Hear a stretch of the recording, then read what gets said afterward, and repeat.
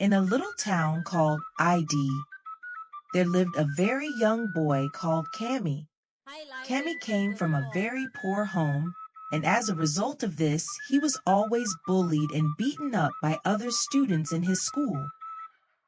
Because they knew he was very poor and had no one to defend or fight for him, Cami always wore torn and tattered his school uniforms to school because his father couldn't afford to buy him a new and neat pair of uniforms just like his spear.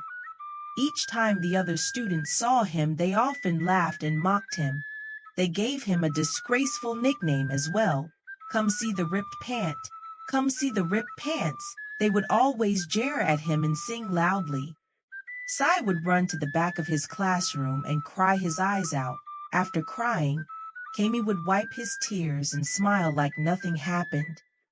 He often wished his parents were also rich, and he felt that life was being very unfair to him.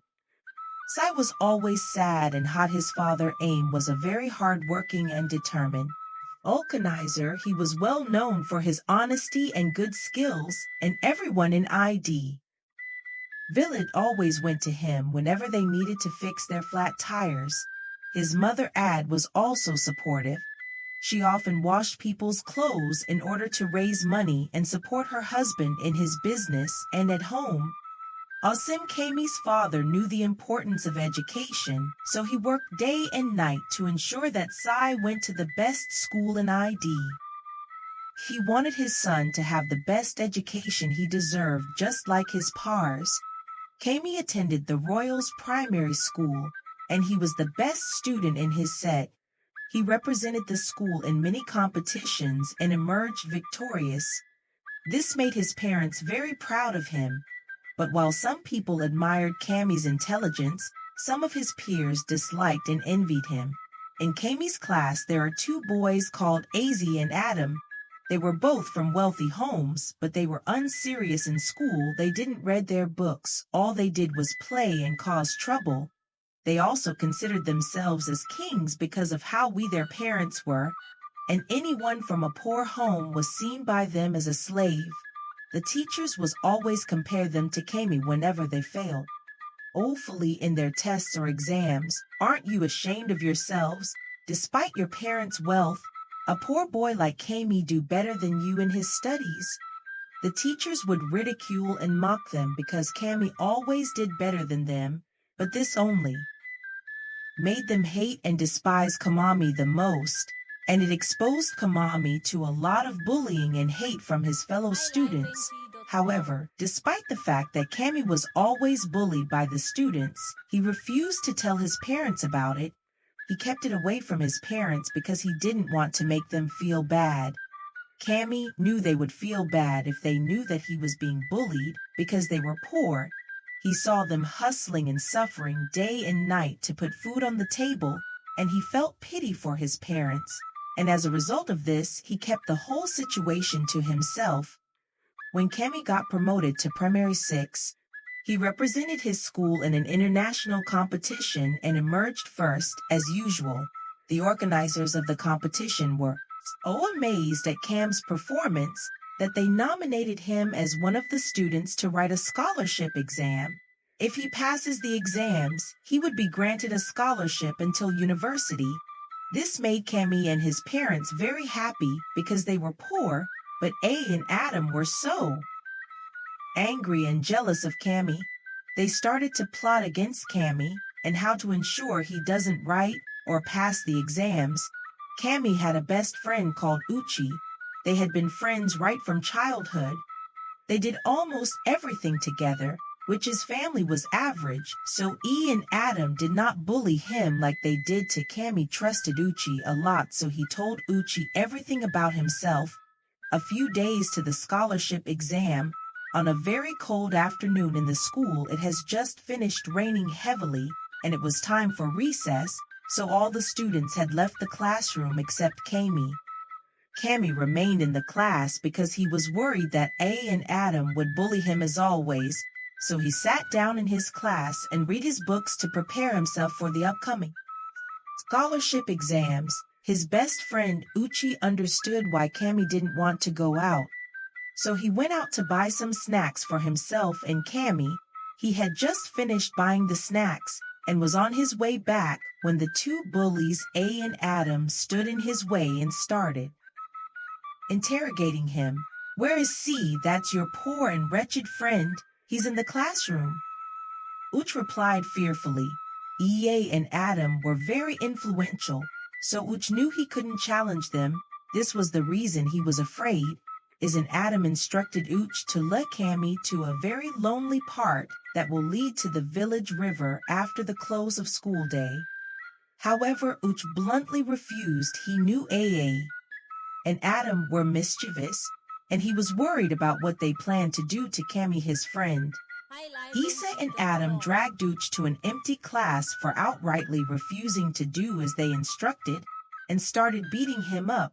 When the pain was getting too much, Uch pleaded with them to let him go and promised to do as they had asked. After they assured him no harm would come to Kamami, when Uch got to the classroom, Cammy saw the bruises on his face and asked him what happened, but Uch lied that he stumbled and fell when he went to get the snacks, which convinced Cammy to follow him to the riverside after school that day, so that he would wash his body and remove the blood stains on his body before going home. Cammy believed his best friend and followed him through the lonely bush path where people hardly followed. It was very slippery and everywhere looked drenched because it had just finished raining that day. When they arrived at the riverside, Cammy was shocked when A and Adam suddenly emerged from the bush where they'd been waiting for them. Immediately they confronted Uch and Cammy struck Uch on the head with a big stone and he fainted. Then they beat Cammy to stir and threw him into the river, hoping that he would die and the river would take him away. Then they both ran back to the village and pretended like nothing had happened. They left Uchi lying by the side of the river. Cammy didn't know how to swim, so he struggled to stay afloat. He was almost drowning when he found a big branch of tree and held onto it to prevent him from sinking. Cammy started screaming for help, but the path was deserted and there was no one nearby to help him. Uch was still unconscious, so Cammy was helpless. Cammy screamed and cried for help until a river took him away. A few hours later, Uch regained consciousness.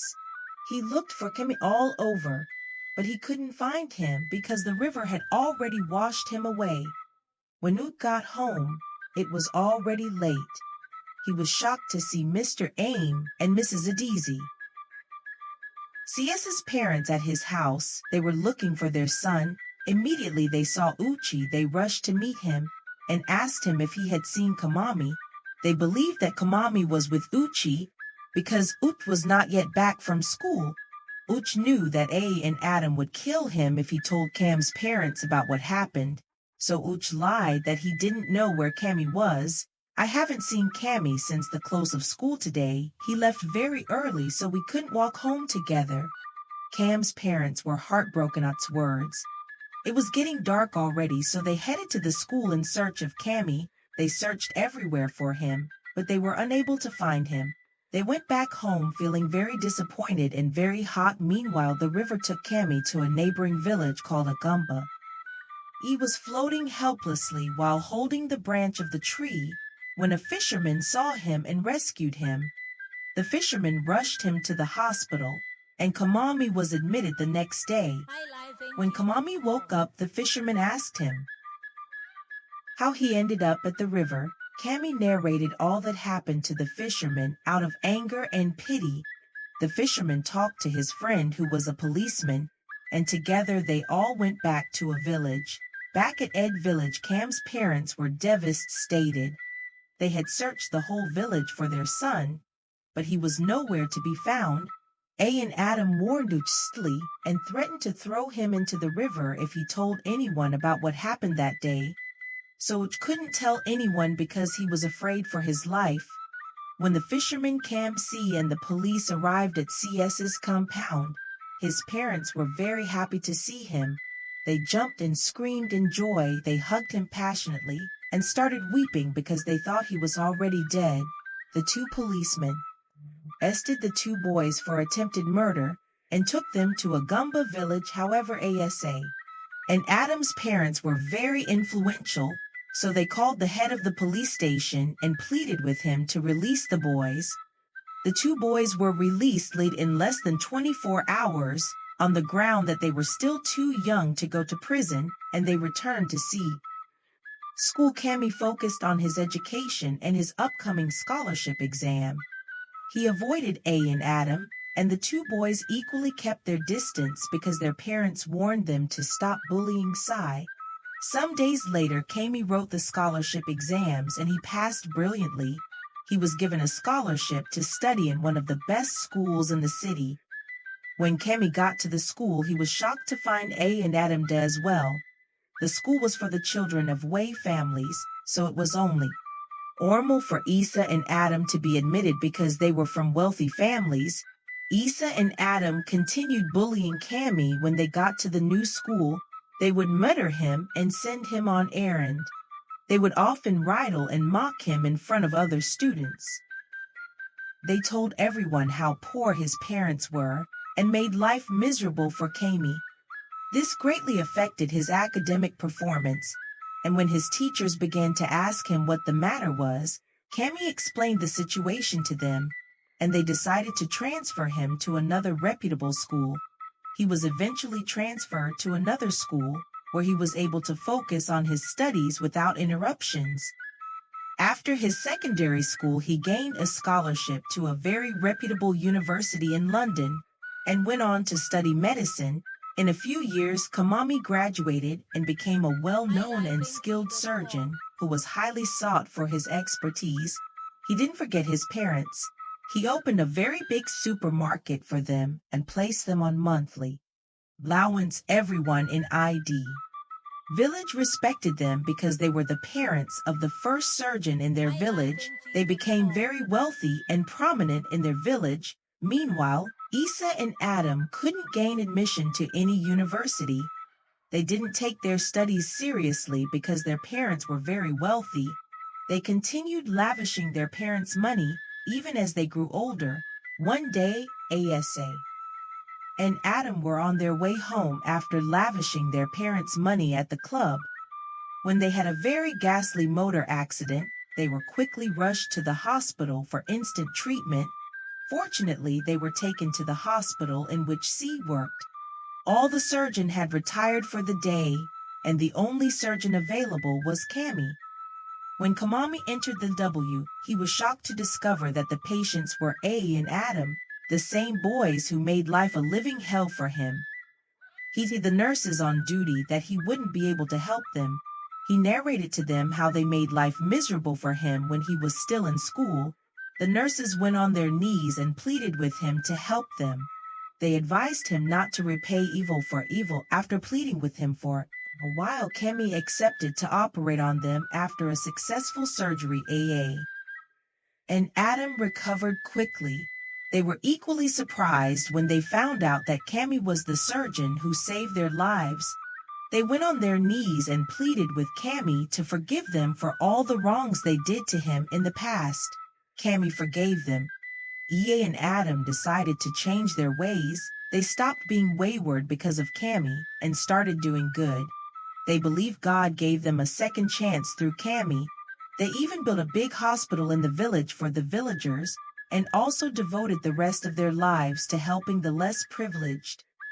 The moral lesson of this story teaches us to understand that it is important to treat people rightly no matter their background, because we do not know if they will be the ones to help us tomorrow. Teachers should avoid comparing children so that you do not expose a child unknowingly to more bullying, because you may not be there to save them when they are being bullied.